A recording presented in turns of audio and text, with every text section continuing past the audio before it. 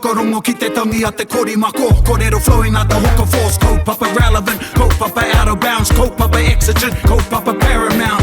Nā ko nā whakapiri mai ki te kaupapa tino whakahira hira whakarongo pi kari kari mai. Hare hare mai, o Taringa hare hare mai. We gotta gather up close everybody. Gather up close everybody. Kani move that body. Kani move that body. Kua kani mai anō rā koutou, e mehe mei tai ara e te taringa, te kani, kua kani te taringa. Nera. Hoi no e mihi ana kia koutou he ngā iwi o te motu, nau mai hoki mai ane kia taringa. Ane māoa ko taku hoa nei ko te puaheiri. E mihi nei kia koutou, and kārea eraka i ko nei, ko māoa nake. Right. I was going to say noiho, but kare ti kāna te noiho. Ko Tāwhaki, and we're coming to you from the bustling metropolis of Te Awa. Mutu. Why did we get that way? Te Awa. Mutu. Te Awa Mutu. And, I raro i ngā manakitanga Te Wānanga o Aotearoa. Tēnā koutou. We're back at Once Upon a Taima, One Upon a Taima. Yeah. Yeah, we're revisiting our tipuna Tāwhaki. Kia ora. And we've got a bit of a Tāwhaki themed kiwaha, whakarongo mai. Kiwaha. Kia mau ki te akamatua. Kia mau ki te akamatua. Yep, stick to the main vine, sorry, not the main vein. Kei a koe te tikanga, you in the main vein, you in the vein. If you've got a few veins and you want to stick to the main one, kia mau ki te akamatua, koa ko te aka. Main vein, vein vine. Vein vine, it's all in vein. You only got one vowel out of place and the whole word changes. Whakamara mahia mai tērā, kare au I te tito.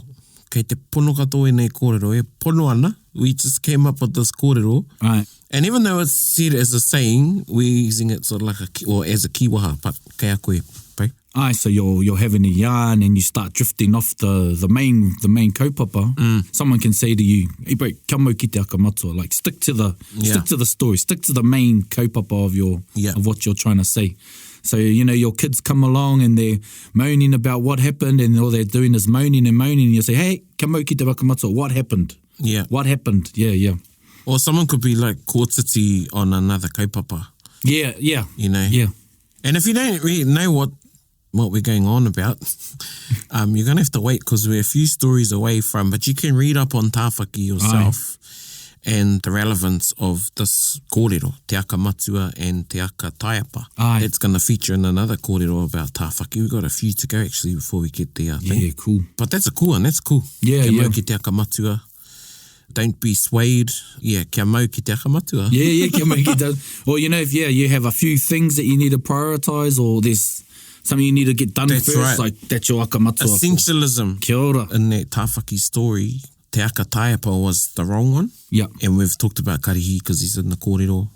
And karihi is his taina. Tana taina. Tana taina, Yeah. And we've got a karaki actually in Tainui. It goes piki ake Tāwhaki, te tāhu, matapu, no hoanga i tū mārunga, te rangi ki mai hene ko te kawaii whea. And then part of it, ko te kawaii tāho ki te angiangi pū, and it talks about karihi, grasping the wrong vine, yeah. Or vein. Vein. Yeah. All right, e te iwi, koe nā te kiwaha. Kia ora. E te tio ki te kiwaha, and we'll get into Once Upon a Time, and it'd be nice to hear Koro and Moko again. They've been missing for a bit. Yeah. How old's Moko these days? Well, he's getting on. He's getting on. I think, kua whati haere te reo, kua pakeke haere te reo I nai nei. Tata na poro ki te taka. Hoi no e te iwi whakarongo mai. Gather up close, everybody.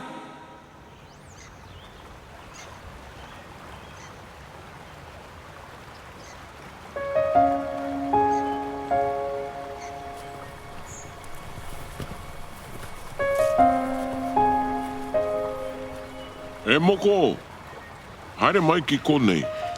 Anei ngā pūhā. Now be careful with that naihi. It's only small, but you can still cut yourself with it. Ai, ka tūpatoa hau. Ka pai. There's always lots of pūhā in your pere kei Koro. I te nuinga o te wā. Koro, ko hoki mai ngā pūkeko. Oh, I ain't seen pūkeko in ages. Ai, ka tika hoki tāu. Ko hoki mai ngā pūkeko. Bit like you though, eh? Haven't come for a visit in ages. Oh, Koro, ko e pera, you and Nan see me at my basketball games. Ai, engari, we don't get to have our kōrero at basketball, do we? Yeah, true, Koro. Jeez, there's heaps of pūkeko. Their choice how they go around looking everywhere with their red beaks. Stop looking at the pūkeko and concentrate on te kato pūhā. I am, Koro. I'm being careful as. Oh, look, the pūkeko are coming closer. Ah! E hana, I cut myself. Ah! we hoki. Ana, I ki atu kia tūpoto? Ah! Hara mai. It's not too bad. Hara mai. Here, come over here to the fence. Ah! What for? Hei aha te pātai. Hara mai. I saw some cobwebs. Cobwebs. Ana, they're good for a plaster. Plaster? Hoi. Hara mai.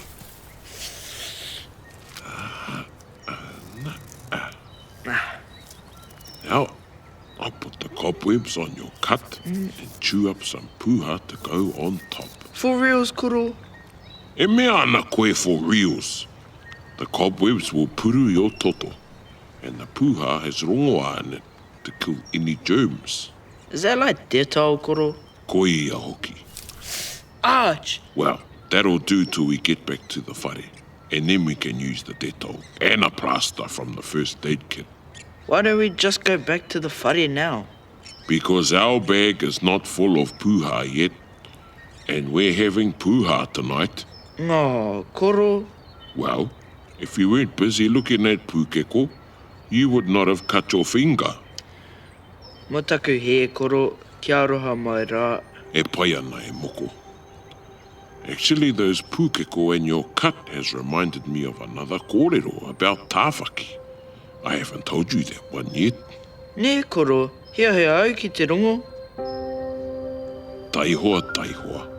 When I've got enough pūhā for our dinner, we'll go home and I'll tell you the kōrero about Tāwhaki and those pūkeko.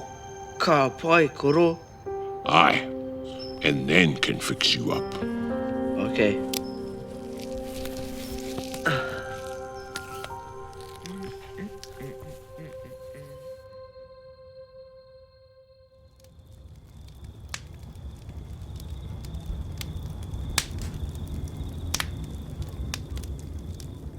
Ko pai tō mati ne? Yeah, Nan cleaned it with some Dettol and put a plaster on it. She did a karikia too. Tō wai mari e. Your Nan is just like hine piripiri. Wee, hine piripiri, te wahine o Tāwhaki. Is she going to be in this kōrero too? Koe nā. And Tāwhaki and those pūkeko. Wehi. Koe ia. Lucky I did cut my finger then. Kia pai mai hoki tō kimi pai ngai roto I te mate taku moko puna kakama. You always say, look for what's good in any situation. Kei a koe mo te ako kōrero e moko. Well, I'm ready to listen and learn some more, Koro. Ka pai. Now, where did I get to the last time ages ago with our tupuna Tāwhaki? Oh, Tāwhaki is married in Piripiri, and I learnt about Taumo and Pākuwha and... Ka pai. Well, Tāwhaki and Hine Piripiri made a home together in the pā of the iwi of Hine Piripiri. I pai noi ho te noho. But the Taokete of Tāwhaki didn't really like Tāwhaki. Taokete, that's brother-in-law, eh? So the brothers of Hinepiripiri didn't like Tāwhaki. Koina. Geez, what was their problem? Well, for some reason, they thought Hinepiripiri had been wronged by Tāwhaki. Ana, I reira ka tupu te ngākau kino me te mauāhara. Oh, ngā kaukino and Mauahara. They hated him. E hara. That's a bit harsh, eh, Koro? Tino. They hated him so much, I hihe ki te kōhuru I aia, ki te patu I aia, kia mate. Kōhuru? Murder? Fah, that's OTG, Koro. Out the gate. E hara, ka whakatakoto I tā rātou rautaki. They got their plan together. He mahi mūrere hoki. Mūrere? He aha tēnā. Treachery. Deceit. Okay, now I know that murder is treachery and deceit, but whakamarama mai, what do those kupu mean? Mahi kino. Mahi rūkahu. Mahi tinihanga. You're pretty good at mahi tinihanga, Koro, and mahi rūkahu, like that time you said to Nan that you were gonna... Hoi, hoi. Yes, ka mahi tinihanga hau, but I don't do it to hurt people. But those Taokete of Tāwhaki, their trickery had one goal, and that goal was to kill Tāwhaki. He mahi kōhuru. Oh, so what happened, Koro? Well, he pai ki a Tāwhaki te hihika, and he'd go with his Taokete out fishing, leaving Hinepiripiri back at their kāinga. So his Taokete thought that would be a good time for them, as they could get Tāwhaki while they were away from the pā, and nobody would see what they were going to do. Ka tahira. That's pretty sad, eh, Koro? I mean, wha. Tāwhaki going along thinking he's going on a main fishing trip with his Taokete, but really, he's gonna get whacked. Eki. Whacked. How kui mohoi ki tēnā kupu whacked? Oh, it's what they say on those mafia movies Nan likes to watch. Hey, te tikanga kaore te tamaiti pēnei a koe e āhei te mātakitaki au a kiriata. You're too young to watch those mafia movies. Koro, ko pakeke haere hau. Pakeke. Maybe, engari kāre tonu I te pai kia mātakitaki kiriata pēra. Yeah, right, Koro. I promise I won't pretend I'm asleep when Nan watches her mafia movies. Ka pai. Nō reira.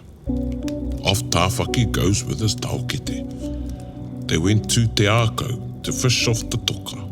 They got a good catch of ika hei kai mā rātou. Then some of them decided to return back to the pā. Tāwhaki was in that bunch that left first. As they're walking along, Tāwhaki was in front, and two of his Taokete were behind him. Oh, yeah. Come on, Tāwhaki, turn around or get behind them. They're going to get you. That's why those two followed behind. Oh, mahi mūrere. Koe nā hoki, he mahi mūrere. As Tāwhaki is walking along thinking to himself, what a good day I've had fishing with my Taokete. His two Taokete are following behind them, ready to hatch their plan. Mea rawa ake, bam, whacked. Pai kare koe Moko? Well, that's what happened, eh? Aye. They picked up a kōhatu and struck him from behind. From behind? Kaia te ahi, poko taona, kaia te kuri, cowards. Ka tahira! Tō tamariki ai ka mōhio ki au a kohu. How do you know those words? Don't tell me. Nan? Ai, Koro. Heka. When do you hear her use those kohu? Watching those mafia movies. Oh, jeez. Te taia te kata te kuhu. I should be angry, you know, but I'd rather you know those kohu than the ones in Pākehā. He kino ke atu koera. Well, Nan does say those sometimes, Koro. Hei a hoki māu koera, pai kare. Tautoko, Koro, tautoko. Hoi anō, tika tāu. Those Taokete were cowards, all right. Tautaua, taupiore, hamo pango, fiore hume, hauarea, cowards. Wee, Koro. There's a few words there for coward, ne? There must have been a few back in the day. Tika. Oe anō, pēnei tonu I nei rānei, arano atu e tehi. Koro, sometimes I get mataku on my basketball games or at kapahaka practice when I have to lead out something. Does that make me a coward? Kare kau e moko kare kau. That fear inside is reminding you of the big mahi at hand, but you have the courage to overcome it and achieve your goal. There's all sorts of āhuatanga taupiore has. One is fearing honesty, which means acting with ngākau kino. The worst fiore hume, te mā kino rawātu, is one whose actions cause harm. Oh, pera I ngā Taokete. Whā! Āna, pērā I ona Taokete. Nō reira, in a cowardly act, they struck the head of Tāwhaki from behind. The other brother used his tau, his spear, to stab him. I nā te maringitanga o ngā toto. There was so much blood. Some of us toto ended up on the nose of a particular manu. Te pūkeko? Koe nā, te pūkeko. Whā! Hoi anō, the two brothers dragged Tāwhaki off to bury him, thinking he was dead. Oh, yes! I was worried this was the last story about Tāwhaki. Well, me ki pēnei, let's say, I te pari o te rua ia. Well, he's not on the pari. He's actually going into the rua. Āna, tika tāu. Hoi, ka tā pukengia ia. They buried him. Buried alive? Foo! Āna. While Tāwhaki lay next to the rua, a kāka came down to him, rubbing his feathers in the toto, the blood of Tāwhaki.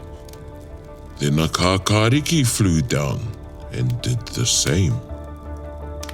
To this day, those two manu have the toto of Tāwhaki on their huruhuru. Whā, kia meharo mai hoki. Koia. And while Tāwhaki is lying there, kei te karakia pukuhia, he's doing a karakia just to himself. And the karakia is to stop the bleeding. Ko toto nā wai, ko toto nā whetū, ko toto nā wai, ko toto nā te marama, ko toto nā wai, ko toto o te rā, ko toto nā wai, ko toto nā Tāwhaki, ko toto nā wai, ko toto rangi mahuki. Tēnei ta toto kā maroke, tēnei ta toto kā tīnā. Tūturu whakamaua kia tīnā. Tīnā, Haumi e, hui e, tāiki e.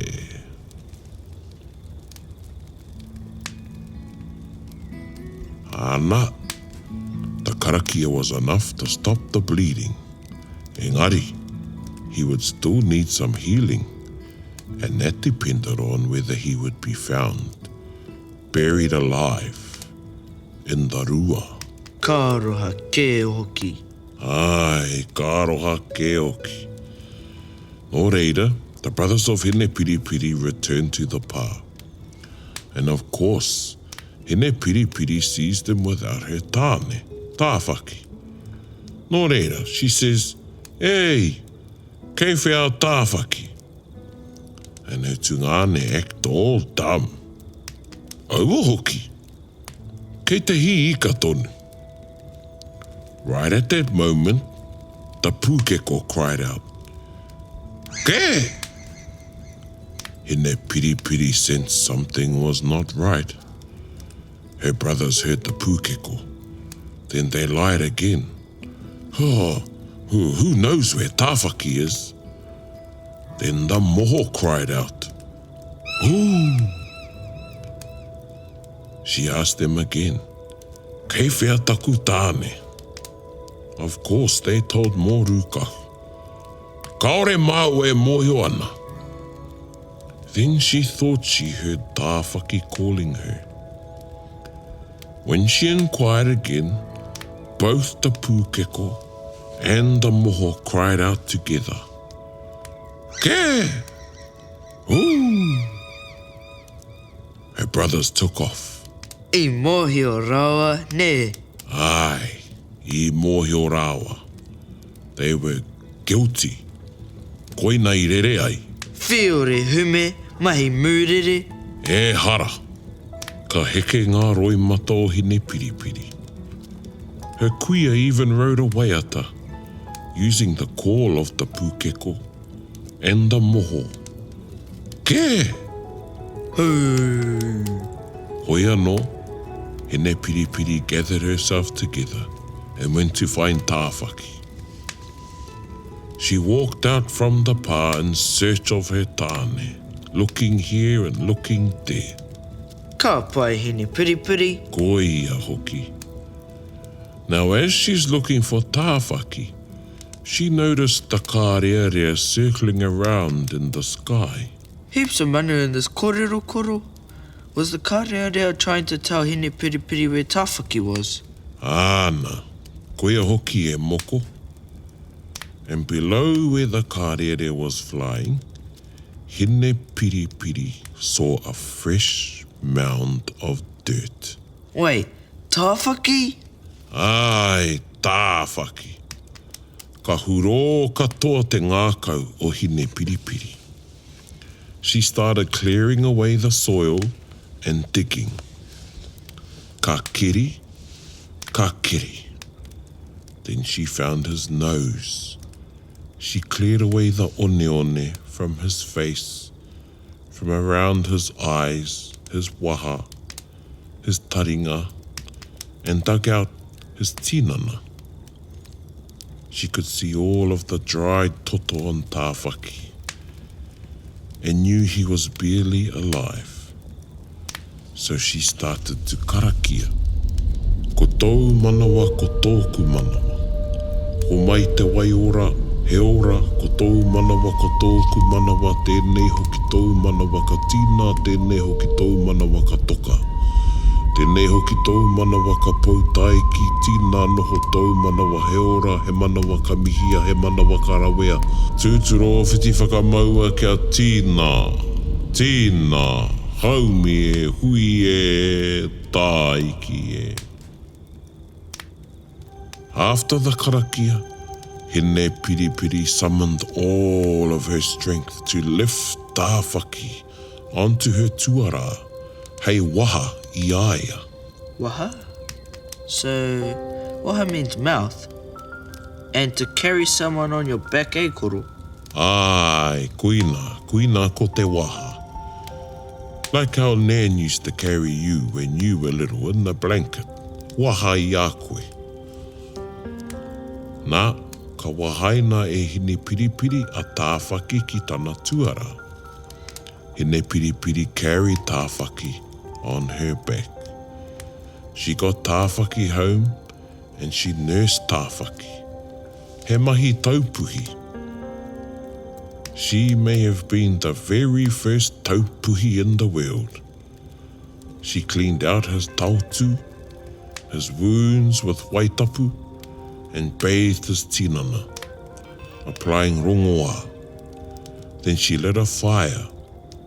Hei whakamahana I a Tāwhaki, after she had cut down a tree and dragged the wood all the way back to their kāinga. Wha, she's the man. Oh, the woman. Koina hoki.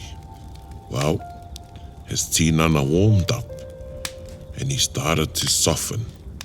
He wasn't hard and cold like a tūpāpaku. All of those things became a tauira, an example for us to follow. What hine piripiri did to look after Tāwhaki. When we nurse somebody back to health. Mahi karakia? Ai, Oh, and the use of wai Māori? ka tika hoki. Fresh water, very, very important. And medicine? Rongoa? Ka pai, pēnei te rānei. You had pūhā and te tau. And the ahi to warm up the tinana and the wairua. Ka tika hoki e moko, whakamahana I te tinana me te wairua. But there's two more things that are really important in the healing of somebody who is injured. O māwiwi koro, He aha, whakapono, and aroha. ka mutu koe moko. Just like the aroha you and Nan give me, even when I don't listen.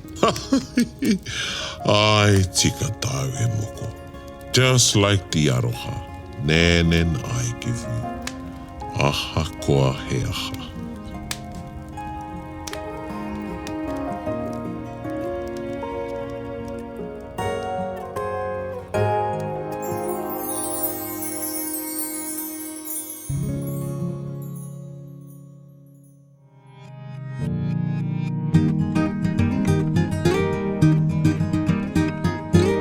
Well, it's good to hear Koro and Moko again. He's pretty onto it, little Moko. Must be the grandparents. He's onto it, eh? Yeah. And getting all those important little life lessons. He reminds me of somebody. Well, is that how we got into mafia movies?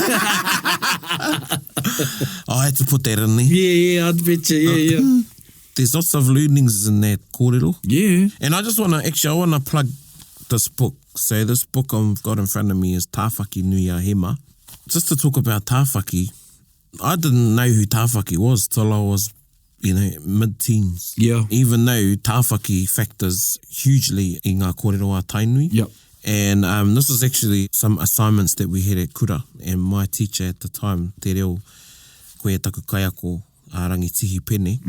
Kia ora rangitihi o matua, Mr. Pene. And we done Tāwhaki. And that's when this book first came out, Tāwhaki Nui a Hema by Hereni Moko Mead. And he put all the Tāwhaki stories together. Wow. And this has been my go-to resource in writing the Tāwhaki stories. Yep. Because otherwise you're going through the Journal of the Polynesian Society and Yep. just sticking in different books and stuff. Mm-hmm. This is the first book to put all the Tāwhaki stories in one place. Because Maui, and if you go back and listen, if this is your first time to listen to Tāwhaki, go back to listen to Tāwhaki #1. Aye. And there's sort of a kōrero in there because we all know the Maui stories, Yes, yeah. but the Tāwhaki stories are not as well known. Nah, they're scarcely written about, eh? And Yeah. while in current publications, Maui has become like the chosen, Yeah. I don't want to say put the stigma on it, but the mainstream superhero, Māori superhero. But And then Tāne as well. and Tāne as well, yeah, of course. So yeah, plug for that, Puka Puka Tāwhaki Nui a Hema. And when we talk about that, what we mean is the themes that occur with or to Tāwhaki. Like there's a lot of themes we look at Maui, the themes that come out of Maui, and the themes that come out of the kōrero for Tāne. And there are big themes, just as bigger themes with the narrative that's associated with Tāwhaki. Yeah. Te mea e tino o tētahi o nā mei roto i te kōrero nei. In a lot of cultures, there seems to be bad blood between Tāne and his brother-in-laws. Or if it's the wife, Yeah. it's the woman and her sister-in-laws. Yes, kia ora, yeah. You know, so it's not just in te ao Māori. Yeah. And what is that? What's the take home from that? Because it's Yeah. I know some people that have great relationships with their brother-in-laws or their Yeah. sister-in-laws and stuff like that. It's the same with Maui in the Maui story and his brother-in-law, Irawaru. Yes. You know, and he ends up turning him into a dog. Into a dog, yeah, kia ora. Well, what I want to know is the reason. Is it just because you're there with my sister or... Yeah, I think it shows how protective brothers were. I mean, but as Moko says, it's but OTT out the gate killing him. Yep. But just how protective brothers were of their sisters or are. Yeah. I don't know, the teaching in there, but then it's the treachery. Yeah, perhaps just... Instead of sitting down with Tāwhaki and saying, hey, give me a bit of a talk, Yeah. brother-in-law. Yeah. You know, let's have a kōrero. Yeah. And it was all perception by the sounds of things. Yeah, kia ora, yeah. Well, they Yeah. never talked, they just went fishing. Yeah. And then, you know, just the whole... And again, even the fishing story, there's a lot of kōrero I roto i te ao Māori where fishing... Is the go-to for Yeah. mahi mūrere, eh? Yeah, paikea, Paikea, kupe. kupe, Yeah. to heitia. There's a few stories like that. Yeah. And this one, they don't go out on a waka. But fishing, again, is another... Yeah. You know, what's the deeper kōrero in there with the Yeah, fishing? yeah. And is it the baits? Is it the baked? Oh, kia ora. You know? Yeah. I just think in a practical sense, it's a way to isolate the person or to be away from a lot of people. Exactly. Yeah. So maybe the learning in there is kia tūpato. Yeah. Don't go fishing with people you don't trust. Yeah, true, eh? If you're with the mafia, don't go into the desert with them. Don't go on a long drive. My favourite part of the story is when Hene Piripiri nurses him back to health. Yeah. And she does it by herself. And for me, this displays the love of a wife to husband. Aye. Wahine ki tana tāne. Yeah, Hene Piripiri goes out, she cuts down a tree, she hauls back the wood. Wow. Her brothers won't help her. Yeah. The other learning I like is in here is Hene Piripiri, she's got her karakia. Ah, yeah. She uses to help to heal tāwhaki. Aye. For me, those are the learnings. The use of wai Māori Kia she ora. uses Yep. to not only bathe and clean out the wounds, but again for the spiritual health Aye. of tāwhaki Kia ora. and the things from the natural environment. Yeah, well, maybe she was the first nurse in the Yeah, world. the first nurse. And also looking back at Hene Piripiri's loyalty to her partner, to her man, you know, perhaps that was the jealous effect, or that was the symptom of him being killed, was their jealousy towards her loyalty to tāwhaki. Yeah, could have been too. Yeah. Who knows? Who knows? But great kōrero tāwhaki. Hey, koina te kōrero, and we've got a few more tāwhaki, maybe Koro and Moko will come back. I think last time we heard from them was like last matariki. Moko's voice is broken a bit now. Yeah. Koro's lost a few more teeth. Yep. Needs to turn his hearing aid up.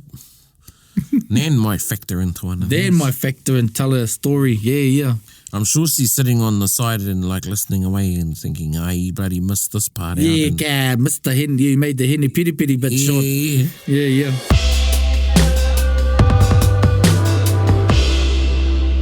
So, koina te kōrero e te iwi. And we're going to finish with our Waiata. And don't forget our kiwaha, kia mau ki te akamatua. Kia mau ki te akamatua e hoa mā. Anei te Waiata o te wiki. Whakarongo mai.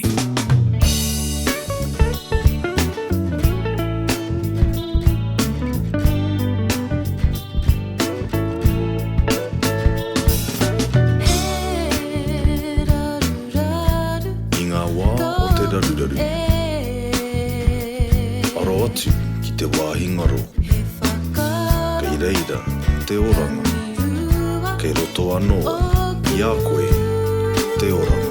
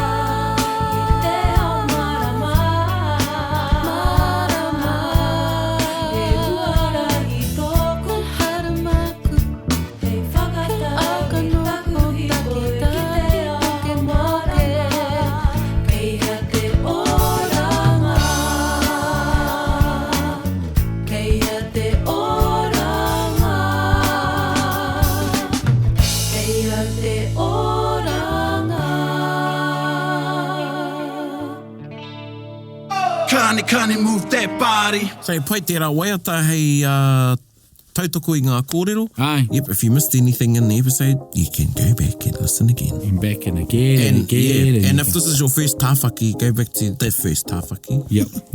There's tāwhaki 1, Tuarua, and then tēnei kōrero kia hene piripiri. And what tāwhaki kōrero does your iwi have? Let's bring this kōrero out. I know Te Raruraru has a great tāwhaki kōrero as well. Lineage. Like tāwhaki tradition. Yeah. It's really interesting. Yeah, and it makes me wonder as to why it wasn't as known as Maui and Tāne and stuff like that. Yeah, so, and kia mau ki te ako matua, stick to the main highway, hold on to the main vine. Nō reira, anei a māua mihi ki a koutou katoa, hoki mai a tōna wā, no māua te maringa nui. Ai. Tēnā rā wātu koutou katoa, ngai taringa, hei kona mai.